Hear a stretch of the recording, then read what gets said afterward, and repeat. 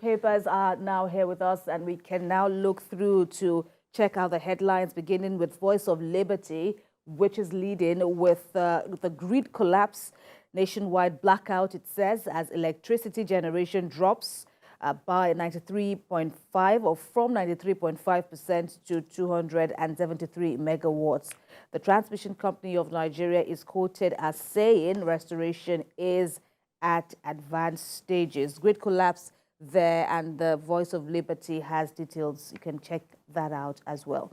Nigerian News Direct is next, talking about the power crisis. It says FG Eyes, the African Development Bank's $250 million electrification project, as explosion hits Kainji, Jebba, well, forces nationwide blackout.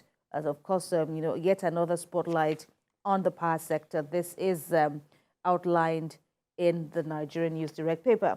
And on business day, as we see next, AfDB's $250 million grant to light up rural Nigeria. That sounds like cherry news. Business Day says 250 million naira grant by the African Development Bank, which is geared at lighting up rural parts of Nigeria. Finally, with me is the leadership. It says 2 weeks after 180 billion naira palliatives, hardship persists in states, governors foot drag as residents question distribution processes. That's on the leadership. Ibraheem. Right. Punch newspaper is the first with me here. Nigeria's debt jumps by 75% in 3 months, hits 87 trillion naira. And the writer reads how CBN loans to federal government new debt promissory notes raise public debt by 37 trillion naira between April and June. Nigeria's debt jumps by 75% in 3 months, hits 87 trillion naira. How CBN loans to federal government new debts promissory notes raise public debt by 37 trillion naira between April and June. First News is next. CBN probe. DSS arrests Emefiele's finance director at own retirement party. DSS arrests Emefiele's finance director at own retirement party. Foy's officials plans to flee Nigeria 2 a.m. Thursday. This is quite interesting. Now, the Nation newspaper, Director DHQ, police turn heat on oil thieves, economic saboteurs. And the writers read 1 million liters of stolen crude seized in 1 week. IG orders clamp down on firearms production. DHQ, police turn heat on oil thieves, economic saboteurs. 1 million liters of stolen crude seized in 1 week. Daily Trust is next. 3 days to deadline. Federal government yet to recover anchor borrower loans from farmers. 3 days to deadline. Federal government yet to recover anchor borrower loans from farmers. That's the Daily Trust newspaper there. The second to the last is Nature News. Libya, how catastrophic floods deface Derna, claims over 6,000 lives. President Tinubu declares humanitarian support for Libya. Libya, how catastrophic floods deface Derna, claims over 6,000 lives. Well, and this Nigeria is the last but not least. Bandits kill 4, abduct 18 in Sokoto village. As troops kill 151 terrorists, destroy 89 illegal sites. Bandits kill 4, abduct 18 in Sokoto village. As troops kill 151 terrorists, destroy 89 illegal sites. That's this Nigeria. All right, Ibraheem, there we have it. Papers top on from what we have seen now is the issue of the grid collapsing. The power sector seems to be in the spotlight. But interestingly, as we see on Voice of Liberty, and if you check out the dailies, the other dailies, you might as well, get more glimpse of the situation.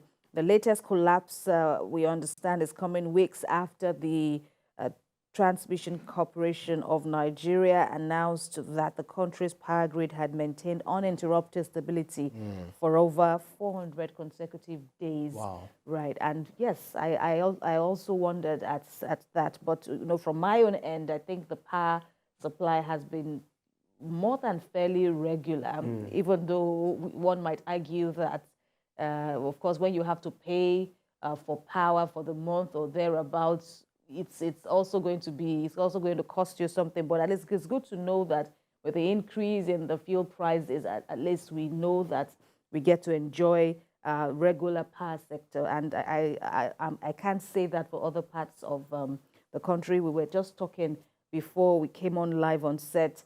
I was asking you how the situation was at your end yesterday when the national grid was said to have collapsed, even though we understand by officials that restoration is at advanced stages. It seems to have been restored in many parts of Lagos from what I read, right, Ibraheem? That's right. How do you relate with this news of restoration of the national grid? Yeah, I love the fact that they were swift in terms of that restoration And communication. Right. And I think that's what we lost. That's what we've lost. In recent times, because I don't know how true this was, that at the point in time, whenever they want to take off the power, want to interrupt the power supply, they usually make the announcement that will be going off the grid. But then, I went to bed 2 days ago with power, and when I woke up in the early hours of yesterday, I saw that it was dark all through, because sometimes we tend to have power 24 hours, sometimes 3 days uninterrupted. And it was clearly obvious yesterday that something was wrong, but because we got to know that the national grid collapsed. So even at that, we still have there's still much to be done. But we see that there have been increase in the supply of power. A check in early hour of that yesterday was showed that the grid plummeted to mega 220. It says mega 273 megawatts of electricity, which is poor. coming 2 out of, That is poor, even though the 4,000 plus that we enjoy is not exactly where we should be, but that's right. 200 dropping to that is low. That's low. So it's something that we believe that this new minister of power, who is currently I think in Korea, working on receiving from the AfDB, who had already showed commitment to disburse the money for the rural electrification, and I think that's a very good one. So it remains to be seen what they'll be doing, in the coming months, because we want to see this, happen, in no distant time, because power is life. Power is something that we need to also shore up the economy.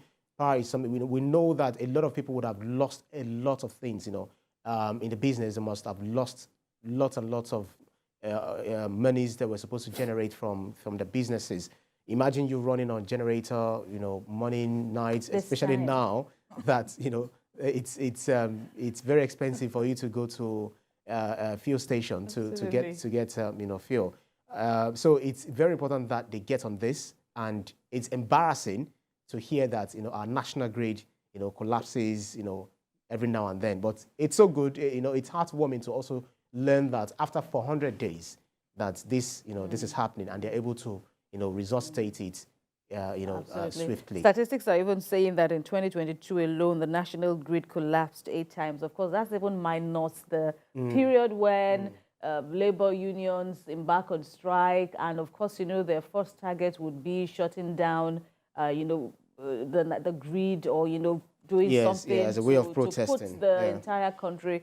To and that was criminal. That was really, criminal, because many lives would have been lost at that time. Some people. You want to talk about hospitals? That's it. And people who depend on regular power. So, like you said, power is life, and the power sector is one sector that is fraught with so many challenges. Do you want to talk about the issue of metering? Yes. Do you want to talk about the issue of transmission? That's right.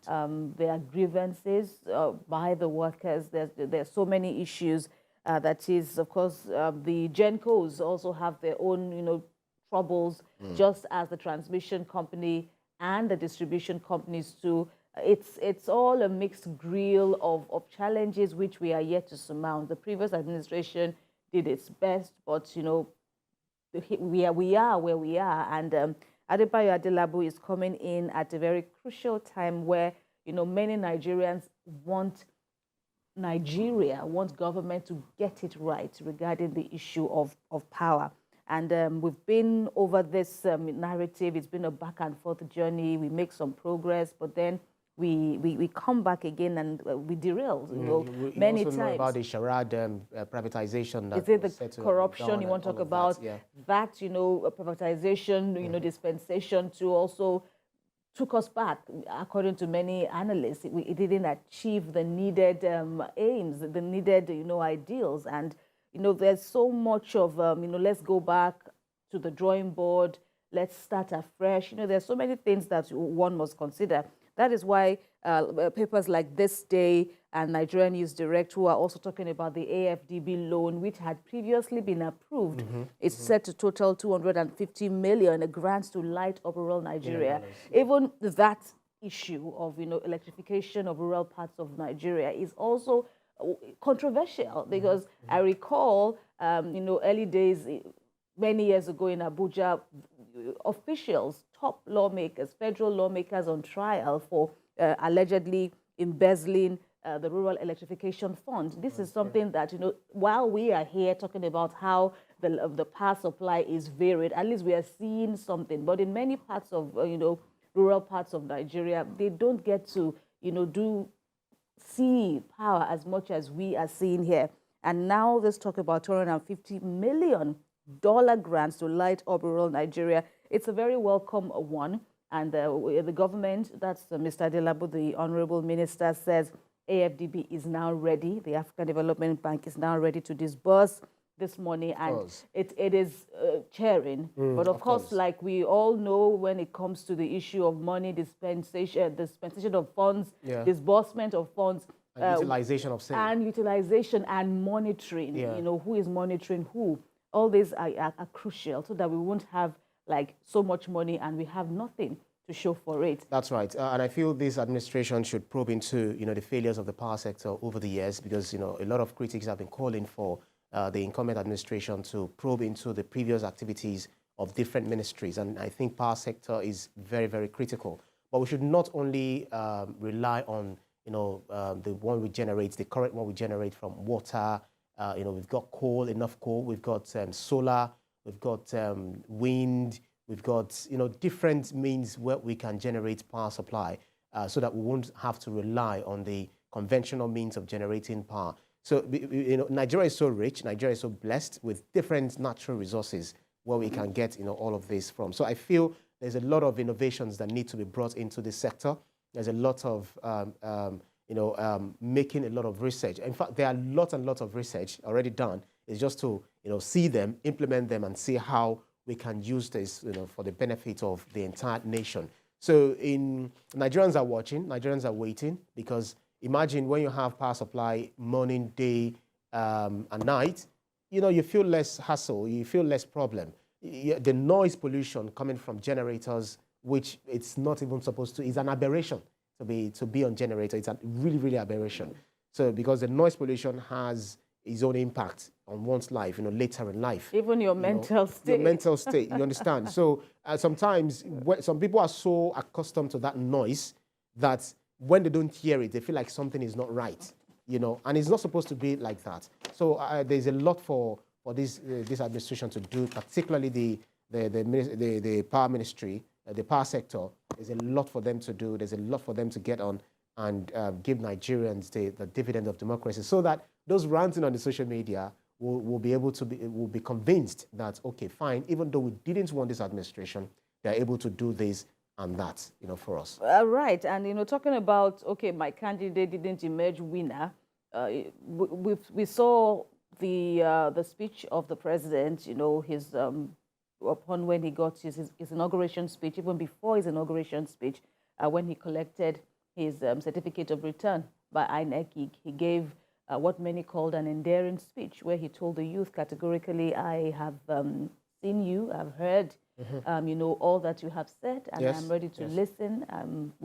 I'm sure, okay, maybe that's just a peek into what is ahead during the course of the show. We'll get to talk about that. Right. But, like you said, people just want the dividends of democracy, by and large. Yes, people may be hurt, people may still be aggrieved, yes, and there are legal channels to explore, by the way. And when we get to that point and the court does make its verdict, however, I think it was just move on. Let's move on, and then let's just look ahead to more promising days. Indeed, dividends of democracy, that is paramount. People are hungry.